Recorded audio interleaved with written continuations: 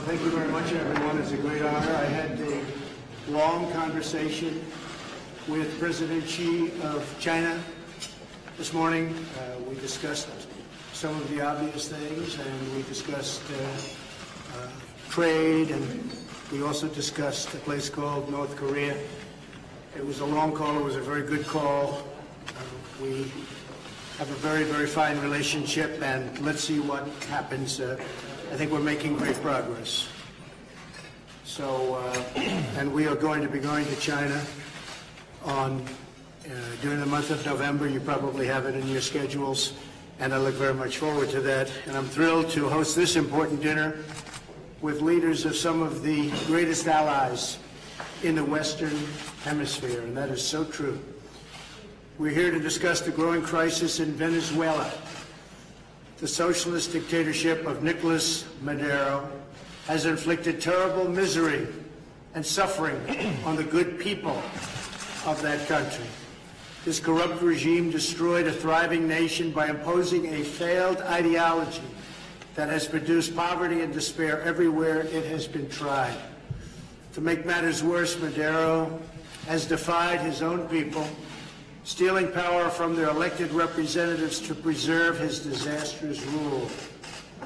The Venezuelan people are starving, and their country is collapsing. It was one of the wealthiest countries in the world for a long period of time, and now the people are starving and the country is collapsing. Who would think that's possible? Their democratic institutions are being destroyed. The situation is completely unacceptable. As responsible neighbors and friends of the Venezuelan people, our goal must be to help them regain their freedom, recover their country, and restore their democracy. I'd like to thank the leaders in this room. We have some great leaders in this room.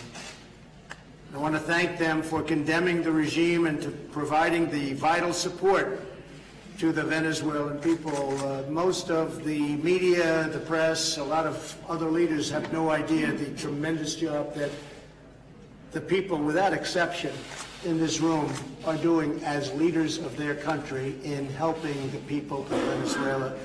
And I can tell you, we really appreciate it, and the world really appreciates it. So thank you all very much. We appreciate that so much. The United States has taken important steps to hold the regime accountable. We are prepared to take further action if the government of Venezuela persists on the path to imposing authoritarian rule on the Venezuelan people. We're fortunate to have incredibly strong and healthy trade relationships with all of the countries gathered here today. They're doing very well with the United States. We want to try and change that a little bit so we can turn the tables just a little bit.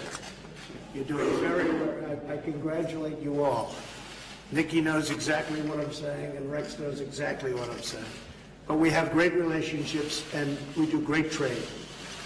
Our economic bonds form a critical foundation for advancing peace and prosperity for all of our people and all of our neighbors.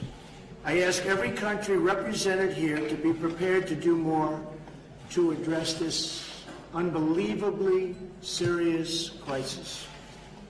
We call for the full restoration of democracy and political freedoms in Venezuela, and we want it to happen very, very soon.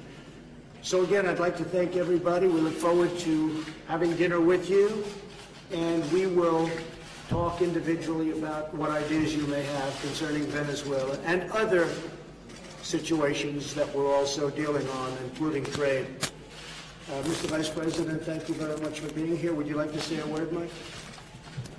Thank you, Mr. President. It was my great honor to represent you in the United States in a trip through Latin America, and it is good to see many of the leaders that extended their hospitality to the United States. And I echo your strong affirmation of the partnerships that are represented at this table, partnerships for prosperity, partnerships for security, and we look forward to continuing to work with all the leaders at this table to promote the mutual prosperity of all of our nations throughout this hemisphere.